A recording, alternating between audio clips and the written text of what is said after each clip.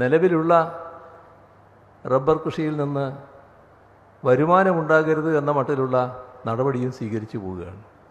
അതിനെല്ലാം പുറമെയാണ് അങ്ങേയറ്റം ദ്രോഹകരമായ രീതിയിൽ റബ്ബർ ഇപ്പോൾ ഇറക്കുമതി ചെയ്യാൻ പ്രത്യേകം ടയർ കമ്പനികൾക്ക് അനുമതി കൊടുത്തത്. ഇതൊക്കെ നമ്മുടെ കേരളത്തെ ദ്രോഹിക്കുന്നതിൻ്റെ ഭാഗമായാണെങ്കിലും ഏറ്റവും പ്രധാന ദ്രോഹം റബ്ബർ കർഷകരുടെ നേരെയാണ് ഇന്ത്യ ഗവൺമെൻറ് ഭാഗത്തു നിന്ന് വന്നത്. ആ ദ്രോഹ നടപടികൾ അവസാനിപ്പിക്കണമെന്ന് സംസ്ഥാന സർക്കാർ നിരന്തരം ആവശ്യപ്പെടുകയാണ്. റബ്ബർ മേഖലയുടെ ഉന്നമനത്തിന് അതുമായി ബന്ധപ്പെട്ട ഒരു കമ്പനി സ്ഥാപിക്കുമെന്ന് നേരത്തെ പ്രഖ്യാപിച്ചതാണ്. ഇപ്പോൾ അതിൻ്റെ പ്രാരംഭ നടപടികൾ സംസ്ഥാന സർക്കാർ ആരംഭിച്ചു കഴിഞ്ഞിട്ടുണ്ട്. ചുരുക്കത്തിൽ എല്ലാ മേഖലയും വലിയ തോതിലുള്ള മാറ്റം, അഭിവൃദ്ധി നേടാനായി എന്താണ് കാണാൻ നമുക്ക് സാധിക്കുക. നമ്മുടെ ചെറുപ്പക്കാർ ഏറ്റവും കൂടുതൽ ആഗ്രഹിക്കുന്ന കാര്യമാണ് IT മേഖലയുടെ വികസനം. IT രംഗം വല്ലാത്തൊരു മുരടിപ്പിലായിരുന്നു കേരളത്തിൽ. എന്നാൽ 2016 ശേഷം വലിയ മാറ്റമാണ് ആ രംഗത്തുണ്ടായത്.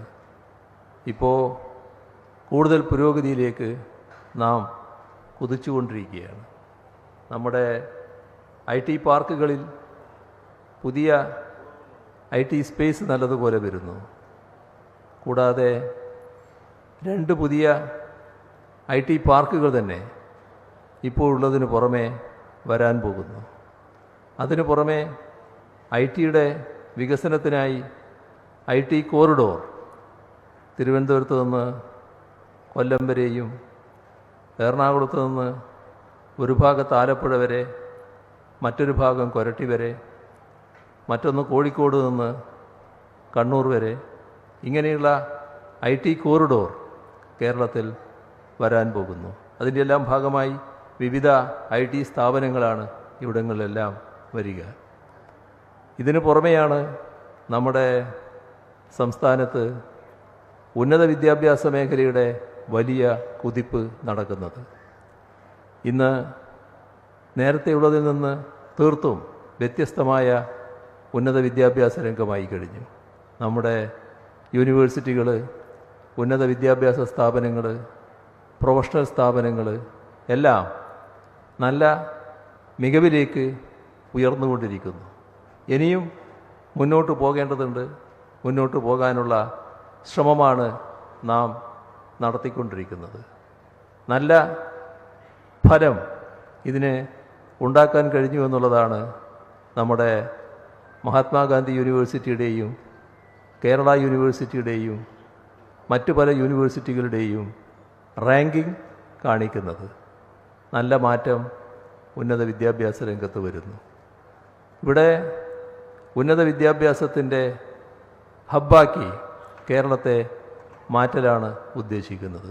നമ്മുടെ നാട് ഏതൊരാളും കൊതിക്കുന്ന ഒരു നാടാണ്. അത്ര കണ്ട് സമാധാനം നിലനിൽക്കുന്ന, സംസ്കാര സമ്പന്നതയുള്ള ഒരു നാട്. കാലാവസ്ഥ ഏറ്റവും അനുയോജ്യം. അപ്പോൾ ഉന്നത വിദ്യാഭ്യാസ സ്ഥാപനങ്ങൾ മെച്ചപ്പെടുന്നതോടെ വലിയ തോതിലാണ് ഈ സംസ്ഥാനത്തിന് പുറത്തും രാജ്യത്തിന് പുറത്തുമുള്ള കുട്ടികൾ ഇങ്ങോട്ട് വരാൻ പോകുന്നത്. വലിയ മാറ്റം ഉന്നത വിദ്യാഭ്യാസ മേഖലയിൽ ഉണ്ടാക്കുന്നതിനാവശ്യമായ പ്രവർത്തനങ്ങളാണ് നടത്തിക്കൊണ്ടിരിക്കുന്നത്. ഇപ്പോൾ തന്നെ നാം ഇന്ത്യയിൽ ആദ്യമായി ഡിജിറ്റൽ യൂണിവേഴ്സിറ്റി സ്ഥാപിച്ചു കഴിഞ്ഞു. അതിനോടൊപ്പം ഡിജിറ്റൽ സയൻസ് പാർക്ക് വന്നു കഴിഞ്ഞു. അതിനു പുറമെ 3 സയൻസ് പാർക്കുകൾ കേരളത്തിൽ വരികയാണ്. ഇതെല്ലാം ആരുടെയും കണ്ണഞ്ചിപ്പിക്കുന്ന മാറ്റമാണ്. ഇവിടുന്ന് ഇനിയും നമുക്ക് മുന്നോട്ട് പോകേണ്ടതുണ്ട്. എല്ലാം ഞാൻ പറഞ്ഞില്ല, എല്ലാറ്റിലേക്കും ഞാനിപ്പോൾ കടന്നു പോകുന്നില്ല. ഇനിയും നമുക്ക് മുന്നോട്ട് പോകേണ്ടതുണ്ട്. ആ മുന്നോട്ട് പോകാൻ സമ്മതിക്കില്ല എന്ന വാശിയിലാണ് ഇവിടെ കേരളത്തിലെ പുരോഗതി തടയും എന്ന മട്ടിലാണ് കേന്ദ്ര ഗവൺമെൻറ് നടപടികൾ സ്വീകരിച്ചുകൊണ്ടിരിക്കുന്നത്. അതിൻ്റെ ഭാഗമായി നമ്മുടെ നാടിനെ എങ്ങനെയൊക്കെ പിറകോട്ടടിപ്പിക്കാം എന്നതാണ് ഇപ്പോൾ കേന്ദ്ര ഗവൺമെൻറ് വലിയ തോതിൽ ശ്രമിച്ചുകൊണ്ടിരിക്കുന്നത്. ഇതിൻ്റെയെല്ലാം ഫലമായി നമ്മുടെ കേരളത്തിൻ്റെ കയ്യിൽ എത്തേണ്ട പണത്തിൽ വല്ലാത്ത കുറവ് വരികയാണ്. അതിന് കേന്ദ്ര ഗവൺമെൻറ് ഒരു പകയോടെയാണ് സമീപിക്കുന്നത്. ഞാൻ ആ കണക്കുകളിലേക്ക് ഇപ്പോൾ പോകുന്നില്ല, ഇവിടെ നേരത്തെ പറഞ്ഞു കഴിഞ്ഞിട്ടുണ്ടാവും. വല്ലാത്ത പകയും വിദ്വേഷവുമാണ് കേരളത്തോട്. നിങ്ങൾ ഒരു തരത്തിലും മുന്നോട്ട് പോകരുത് എന്ന വാശിയാണ്. കേരളത്തെ തകർക്കാൻ നോക്കുകയാണ്. അതിൻ്റെ ഭാഗമായി പരിശോധിച്ചാൽ കഴിഞ്ഞ 7 വർഷത്തെ കണക്കെടുത്താൽ നമ്മുടെ സംസ്ഥാനത്തിന് ഉണ്ടായ നഷ്ടം 1,07,500 കോടിയിൽ പരം രൂപയാണ് എന്ന് കാണാൻ പറ്റും. 1,07,500 കോടിയിൽ പരം രൂപ നമ്മുടെ കയ്യിൽ കിട്ടേണ്ട പണം കിട്ടാതായിരിക്കുന്നു. എന്തുകൊണ്ട്? കേന്ദ്ര ഗവൺമെൻറ് തെറ്റായ നിലപാടെടുത്തതുകൊണ്ട്. ആ പണം വ്യത്യസ്ത ആവശ്യങ്ങൾക്ക് നാം വിനിയോഗിക്കാനുള്ളതാണ്. നമ്മുടെ നാടിൻ്റെ വികസനത്തിന് വേണ്ടി ചെലവഴിക്കാനുള്ളതാണ്. നമ്മുടെ നാടിൻ്റെ ക്ഷേമപ്രവർത്തനങ്ങൾക്ക് വേണ്ടി ചെലവഴിക്കാനുള്ളതാണ്. വികസന പ്രവർത്തനത്തെയും ക്ഷേമപ്രവർത്തനത്തെയും അനുവദിക്കില്ല എന്ന വാശിയോടെയാണ് കിഫ്ബിയെ തടസ്സപ്പെടുത്താൻ നോക്കുന്നത്.